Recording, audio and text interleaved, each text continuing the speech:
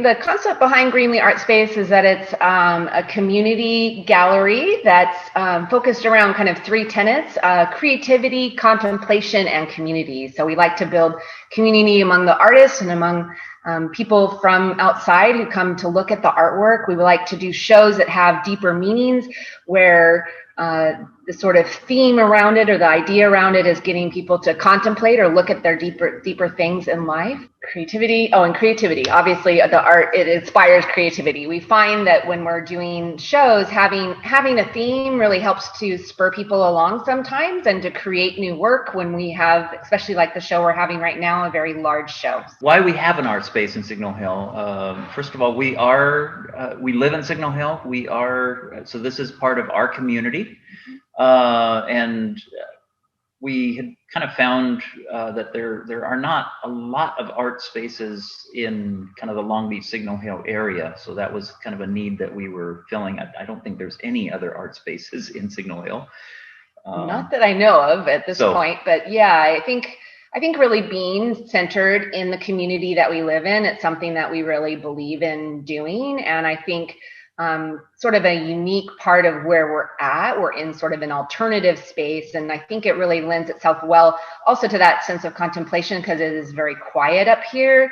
We don't necessarily get a lot of walk-in people, but we get people now coming to us as a destination because they know that we're here. So we're really bringing people into Signal Hill, which is wonderful. And I think with space like we have, we really had different ideas about how we wanted to create something. So with a warehouse, it gave us that ability to really create the gallery like we wanted to do. So we could have a gallery space as well as a space for art therapists to meet with clients in the same sort of structure. So we are always looking to engage with artists that are in the community. That's definitely one of our goals. So great way to kind of start off with Greenly Art Space is in participating in group shows like the one we've got right now.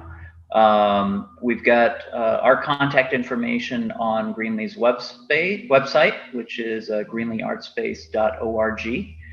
And so you can reach out to us. We can look at what type of art you do, what the concepts behind are. Usually we like to kind of get to know an artist a little more first by participation in a group show or something like that, and then we can kind of work it from there and kind of see how that develops. But yeah, we love to have new artists and new people that we can participate with and learn from and engage with, and art that we can bring to the community is always good.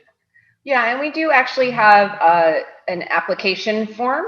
So if someone contacts us either through the website or they can email me, kimhocking@aol.com. So it's HOCKING. It's a very old one. I've had it forever. Anyways, they can contact me through that, or they can call me at my phone number, 562-533-4020. And they can contact me if they're interested, and I can send them the form. Really, as Dave said, we like to have some kind of an experience or connection with the artist before we might enter into more of a bigger project. But we're always willing to look at different things, and we do have a process where we run it by our board. Because we're a nonprofit, we have a board of people that works with us as well. So we kind of go through that process before doing anything like a larger show. But it's definitely, we always enjoy having new artists from the community, and a lot of our shows over the years have been inspired by artists coming in and saying, I have this idea that I'm thinking I'd like to do. And then a lot of times with our contacts, we can maybe even connect them up with other artists. We did one that was a sculptural show where there was a young artist who he created some smaller pieces. His name was Andres Alcaran, and he wanted to do some larger welding things. So we actually set him up in our back room to be able to weld and create larger pieces. And then we connected him with two other more well-known artists, Karina Massengill and Nate Jones, and we did a show that was all sculptural work. And that was inspired by a young artist who really hadn't had any kind of show experience before and wanted to put together life-size pieces. So we love to do that kind of thing. I think we're changing people's ideas over the years of what it means to have a space like this and to support a space like Greenlee. So I think that, part of our mission and part of what we want to do is help people to understand how essential it is to have an actual physical space. Yes, we could do it cheaper and whatever, just doing everything online, but the actual space brings people together. It gives you that physical experience of the art, and you can connect and talk with the artists because many of them come to the opening. So we do a lot of things to make it so that it is a community building experience. And so, that part is a really essential thing as well. I think obviously coming and participating in shows is the first great way to do that. Get engaged with the gallery. You can join our mailing list. We've got a sign up link on our website. So go to greenleeartspace.org. We have a link so you can join our mailing list and you can receive updates about shows and about events that we've got. And the other big way, of course, is providing financial support. This is a gallery that's run completely by volunteer staff and through donations.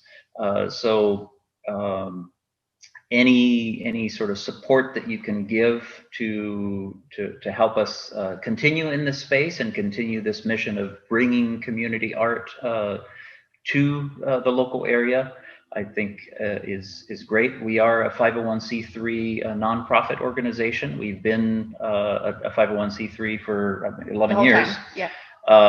So obviously any donations that you give are also tax deductible. But yeah, really get engaged, find out what shows we have. We really love to have participation and people coming in and really experiencing the art in person, I think is very important. And that's kind of where I would try to encourage everyone to start up. And this show that we're having now, this 11-year anniversary, is a great opportunity to do that. You get to see a wide range of artwork from a lot of local members of the community, as well as some coming in, like Kimberly said, from New York and from Oregon, among other places. Mm-hmm. Alaska as well. Yeah, so this is a great way to come in and participate and engage and see some new art, which is great.